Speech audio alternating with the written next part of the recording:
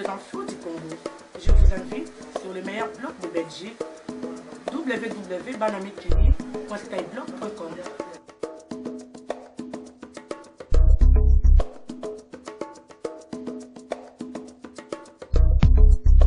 L'Europe, Amérique, partout dans le monde. Les combattants, les résistants.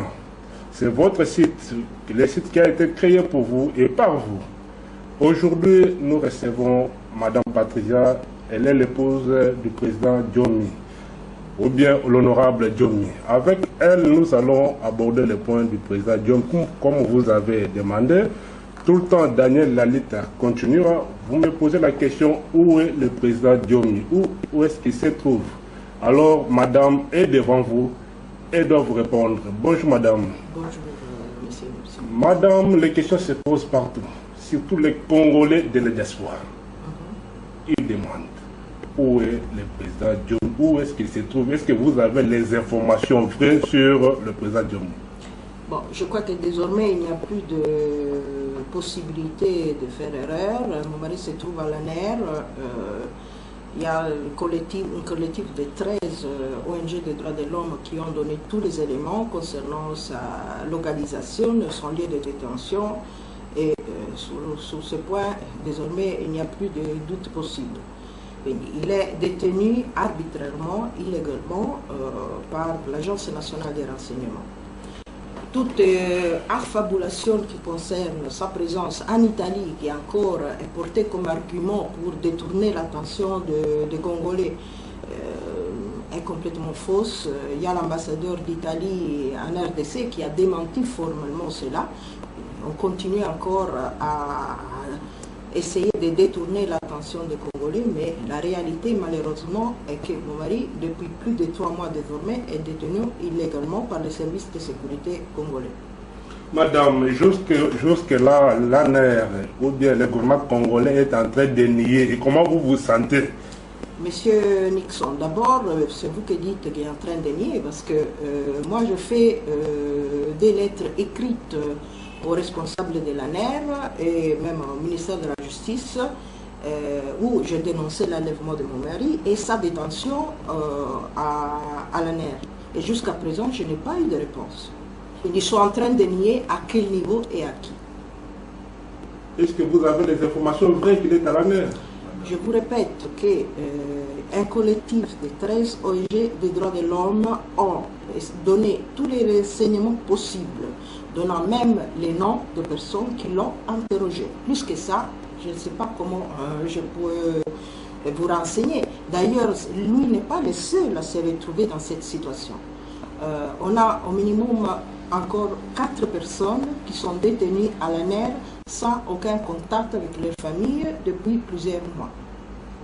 Madame, est-ce que vous êtes en contact avec le parquet général? Parce que c'est le procureur qui avait annoncé son arrestation. Voilà. Est-ce que son dossier est en cours ou bien c'est déjà annulé? Écoutez, d'abord, la situation au niveau de la justice est très floue. Mon mari a été enlevé le lendemain du montage politico-judiciaire qui a vu malheureusement le procureur annoncer son arrestation en flagrant délit. Après, par la suite, il y a eu un changement de terminologie. Dernièrement, l'avocat général a même abandonné la procédure de flagrance. Les 2 personnes qui avaient été arrêtées pour complicité de viol ont été libérées avec un classement sans suite, objectivement. Je sais qu'au niveau de la justice, son dossier est complètement vide. Parce que vous devez savoir, il faut aussi que la diaspora comprenne, au-delà des manipulations, des discours et tout ça, les prétendues jeunes filles, qui poi sont des dames, n'ont présenté aucun document d'identité.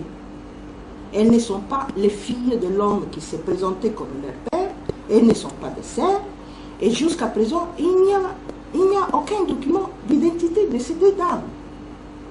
De plus, ils ont même avoué ouvertement qu'il n'y a pas eu aucun contact avec mon mari le 26 juin. Ils ne l'ont même pas vu parce que mon mari n'était même pas présent sur le lieu. C'est ça qu'on dit qu'il est en fuite. Là aussi, il faut utiliser les terminologies juridiques de manière opportune. Vous pouvez être en fuite quand on vous attrape. Et après, la justice, dans les trajets qui peut être, par exemple, du parquet ou à la prison ou un autre lieu, vous pouvez vous enfuir, mais il faut d'abord vous attraper.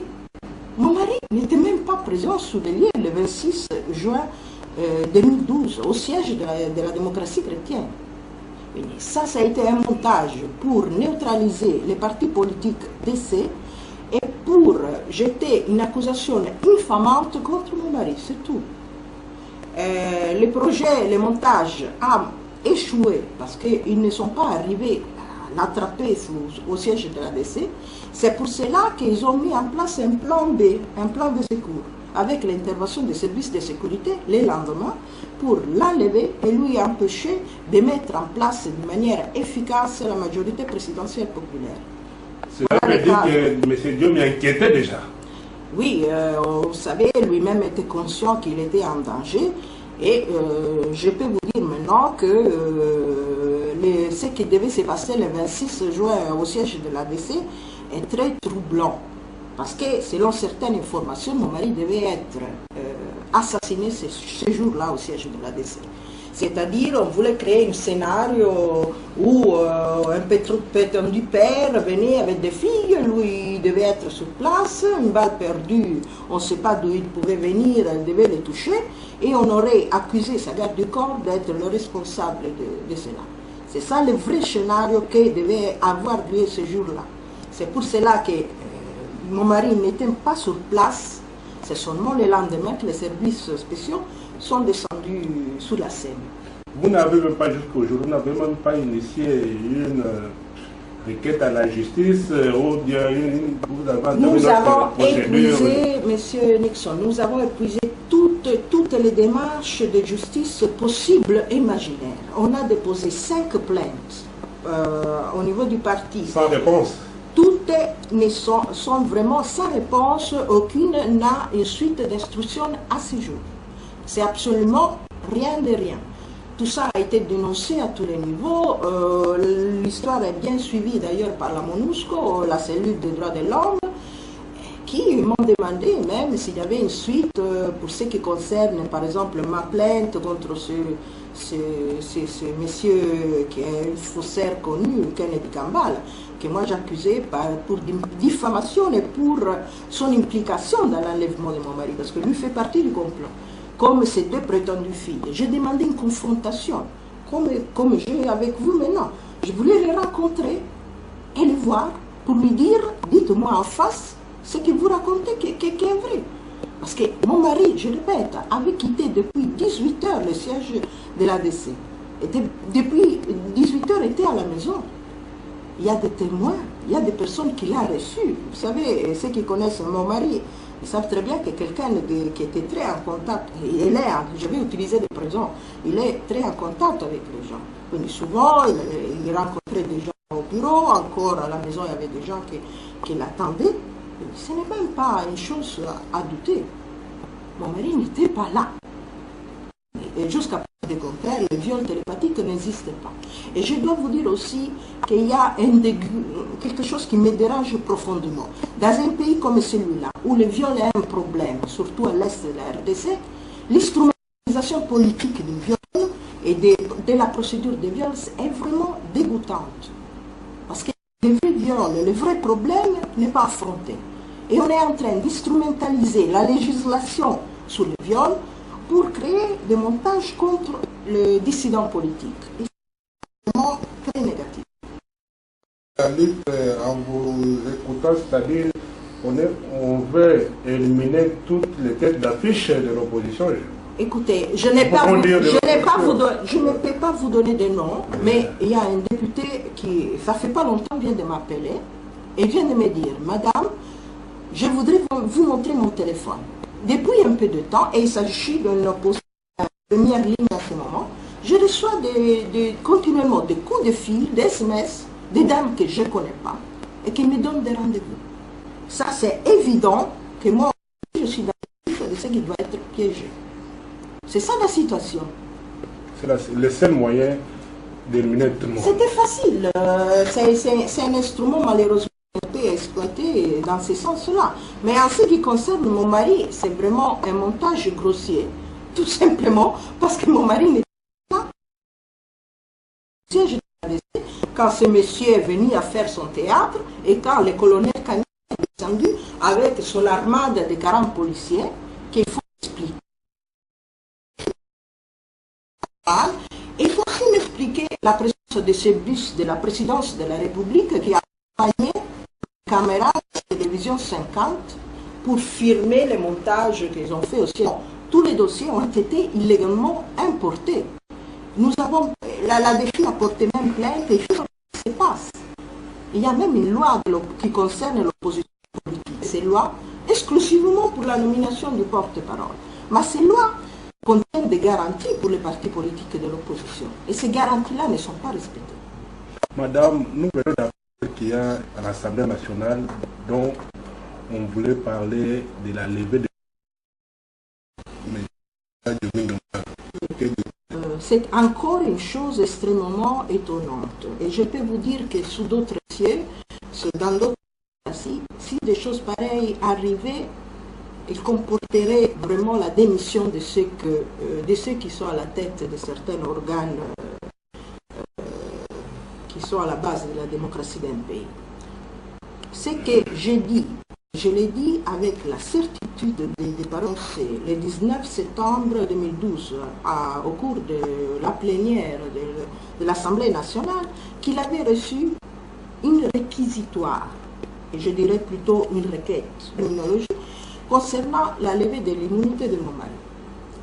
Cette affirmation est complètement fausse, parce que lui n'a jamais reçu de réquisitoire concernant la levée de l'immunité du député national Eugène Domingos. Seconde, il a annoncé que ce sujet était repris dans le calendrier des travaux de l'Assemblée nationale. Le calendrier approuvé et à la disposition de tout le monde, je crois qu'il est même disponible sur Internet, vous pouvez voir, cet argument n'est pas repris. Je me pose des questions. Le rôle d'un président de l'Assemblée nationale est aussi celui de protéger les garanties constitutionnelles ou d'annoncer des procédures en violation de la Constitution. Ce sont des choses vraiment très étonnantes qui se font en violation vraiment de la loi fondamentale. Et là, c'est encore quelque chose qui nous inquiète profondément. Toutes ces anomalies qui concernent la détention au secret de mon mari, M. Minaco de distribuer, comme prévoit la procédure, et en plus qu'ils nous disent où se trouve dans les calendriers des travaux ces sujets qui lui annonçaient repris dans les projets de calendrier des travaux de l'Assemblée nationale. Parce que si vous pouvez vous... C'est un effet d'annonce. Mais on ne peut pas blaguer avec l'immunité d'un parlementaire de l'opposition. Pas de l'opposition, madame, il est de la majorité. Laissez-moi parler. Mon mari avait décidé de ne pas siéger au Parlement contre les forces massives qui avaient caractérisé l'élection législative à une seule chose, l'immunité parlementaire. À cela, il tenait à une seule chose, je disais, à l'immunité parlementaire, parce qu'il voulait être libre de pouvoir s'exprimer et puis de d'exercer sa liberté d'expression d'une manière complète. Vu que d'ailleurs les expériences passées avaient démontré qu'il avait subi des harcèlements tous les 6 mois de la part du pouvoir en place. Et son immunité parlementaire, pour lui, c'était une garantie de pouvoir s'exprimer librement, sans subir encore des montages politico-judiciaires comme celles qu'il avait subi seulement quelques mois auparavant. Il avait été arrêté au mois de décembre 2010 jusqu'au mois de février 2012 au Bacon, quand il avait commencé à sensibiliser sa base pour les enjeux électoraux. Encore après 6 mois, on avait eu une bizarre poursuite de la part d'un militaire de la garde d'un baron du PPRD qui avait menacé mes enfants et mon mari devant ma porte. Et les plaintes qui avaient été déposées n'avaient pas eu encore eu de suite. Et maintenant, ça c'est encore les troisième épisode pratiquement qui se succèdent tous les 6 mois, 6 mois, 6 mois. C'est ça la situation. C'est pour ça que lui tenait à une seule chose, à l'immunité parlementaire pour avoir la liberté d'expression totale. Bien sûr, vous me parlez de majorité présidentielle populaire. Ça, lui est, on peut dire, le fondateur de cette plateforme, qui d'ailleurs avait et a encore une grande envergure. Mais lui était aussi le principal animateur. Voilà pourquoi il y avait la volonté explicite de casser cet élan, de l'empêcher de faire un travail. Il devenait de plus en plus populaire. Oui, en plus il devenait, et il est encore d'ailleurs, parce que si vous allez voir et vous parlez avec les gens, ils vont vous dire que tout le monde est convaincu de son innocence, parce que vous savez, les gens ne se font pas tellement manipuler et par sa popularité les maintenant inquiétait. Oui, je ne vais pas utiliser l'imparfait parce que, vu la situation, je dirais qu'elle inquiète. Parce que là aussi, s'ils les détiennent depuis 3 mois, c'est aussi parce qu'ils ne savent pas comment résoudre maintenant les problèmes et ils ont peur de l'effet boomerang. Parce que vous savez, vous détenez un député de l'opposition, je parle en termes, pas de pouvoir président élu et pas, disons dans les cadres qu'elle est l'actuel malheureusement, dans la politique nationale. C'est dans ce sens-là que je parle d'opposition. Si vous détenez un cadre dissident, pour utiliser les termes un peu plus précis, pendant plus de 3 mois, sans aucune accusation, en plus avec une torture, parce que déjà maintenir quelqu'un au secret pendant 3 mois, c'est une torture qu'on inflige à la personne et à sa famille. Vous comprenez qu'après, ils ont peur de se trouver avec un cas patent de violation de la Constitution et violation des traités internationaux relatifs aux droits civils et politiques. Les dossiers au parquet général, je vous dis, est vide. Il n'y a même pas une inculpation possible. Parce qu'on ne peut pas inculper. Vous êtes sur votre lieu de travail, quelqu'un vient alors que vous n'êtes même pas là. Ce sont des choses incompréhensibles. Et à la justice, ils ne savent pas comment expliquer une situation pareille. Les conclusions ne s'expliquent même pas. Ce qui est grave est l'intervention qui a eu lieu au service de sécurité. Ces interrogatoires, pourquoi ces prolongations? À certains moments, on croyait que peut-être ils voulaient fabriquer des preuves. C'est même pas ça. Peut-être de l'interroger par rapport à la question de l'impérium, par rapport à la question de la vérité des urnes, parce que c'était son cheval de bataille. J'imagine que la vraie question c'était cela, et elle est en course. Ok, madame, nous arrivons à notre point, c'est-à-dire le dernier, concernant la francophonie. Les règles fondamentales de cette de la francophonie, il y a la promotion des droits de l'homme. Et aujourd'hui, les politiciens ne sont pas à l'aise parce qu'il n'y a pas cette promotion des droits de l'homme ici en République démocratique du Congo. Et les provocateurs, les Français acceptaient de venir. Est-ce qu'il a respecté les principes fondamentaux sur la francophonie ou non? Bon, vous devez voir, dès l'élection de M. François Hollande en tant que président de la République, lui avait écrit une lettre dans laquelle lui demandait un rapport entre la France et l'Afrique, en basant ces rapports sur des principes d'égal et respectueux, un rapport qui soit respectueux de la démocratie, de l'homme, de la civile et politique. Un changement radical par rapport à l'Afrique. Par rapport à cela, vous voyez que même avec la venue de Madame Benguigui, souligner la nécessité de mettre en place un minimum de préalables concernant les droits de l'homme, concernant la mise en place d'une institution électorale indépendante, tout ça. Il me semble qu'aucun de ces préalables n'a été concrétisé. Et en plus, vous voyez, les défenseurs de l'homme, et c'est là malgré ce qui est arrivé à M. Floribert Chebeya, il continue à être. Vous devez savoir que certains membres du collectif des droits de l'homme qui avaient dénoncé la détention illégale de Marie ont été attaqués, comme aussi des journalistes qui avaient couvert la dernière conférence de presse. Mais pourquoi les attaquer? Pourquoi ils doivent faire l'objet de tracasseries, toujours en plus par des hommes inconnus, être tabassés, tout ça? Et c'est là du sommet de la francophonie. Les sommets de la francophonie auraient dû respecter les principes de la déclaration de Bamako. Ils sont bien clairs. On se rappelle en plus qu'en 1991, quand M. le président de la République, il y avait un sommet de la francophonie qui avait été délocalisé à Paris, justement parce qu'il y avait eu des violations graves des droits de l'homme. Cela avait été considéré comme incompatible avec du sommet. Franchement, nous sommes dans la même situation, même par rapport à ce qui arrive à l'Est, par rapport à ce qui arrive un peu partout en RDC.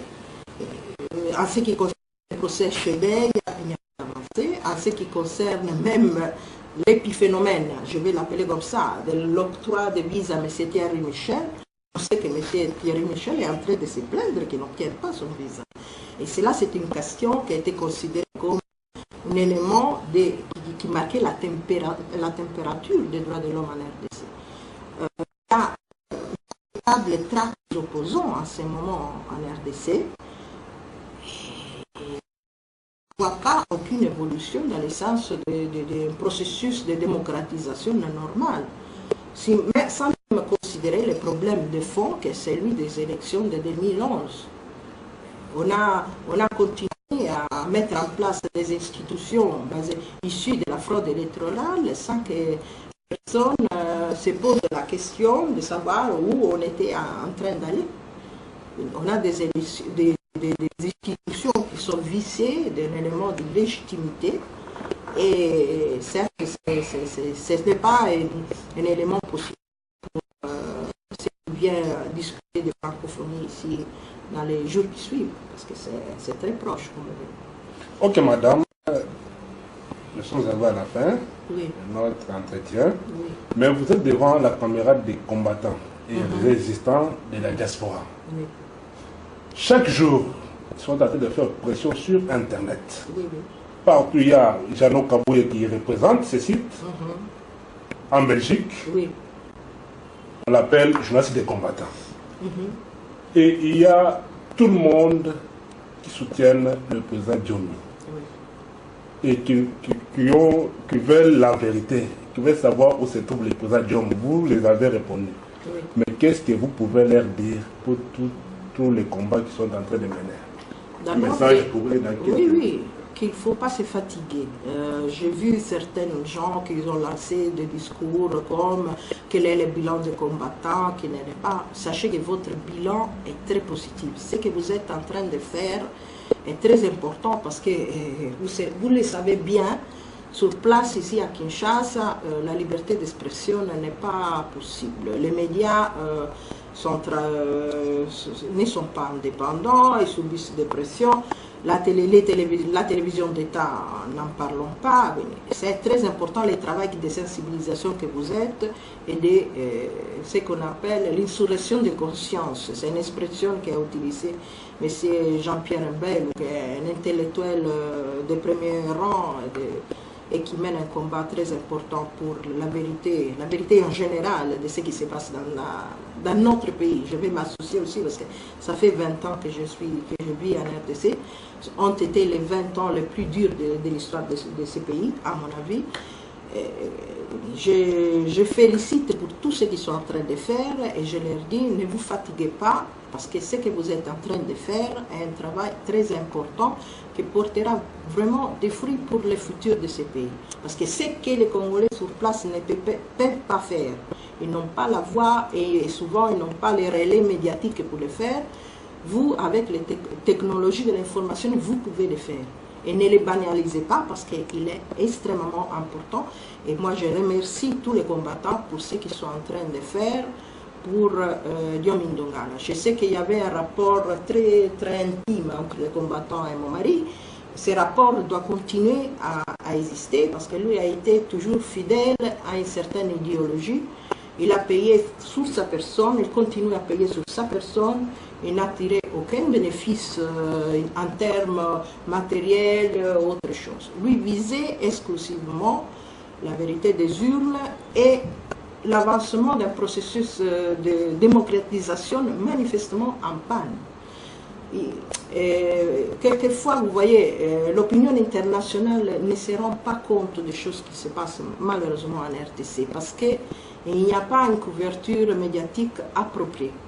Ce que les Congolais de la diaspora font est quand même compenser ce manque de couverture médiatique. Donc, continuez à le faire, continuez à hausser les tons parce que ce que vous faites est au nom de votre patrie. Il y a un danger en ce moment qui est très grave. Il y a un danger, je ne vais pas utiliser le terme balkanisation parce qu'il a été exploité un peu de tous les côtés. Mais il y a un danger d'entropie de la RDC parce que ce qui est l'installation d'une administration autonome à l'Est, c'est un problème très grave et il y a d'autres problèmes un peu partout maintenant dans ces pays. Si vous voulez conserver votre patrie, vous devez vous battre et compter seulement sur vous-même. Ne comptez pas sur une communauté internationale qui est trop liée à ses propres intérêts. Malheureusement, en Europe, il y a des problèmes économiques très graves et même dans d'autres pays occidentaux. Vous devez lutter, vous devez être en première ligne pour défendre votre patrie. C'est très important. Ok, vraiment merci Jeannot. Pour boire Deograssi, Maluka, voilà. Tout le C'est monde. que maintenant il me vient à l'esprit comme Benazo Victoire, tous les combattants. bien sûr. Vraiment, je vous remercie, madame. Merci à vous. Bozali va représenter à sa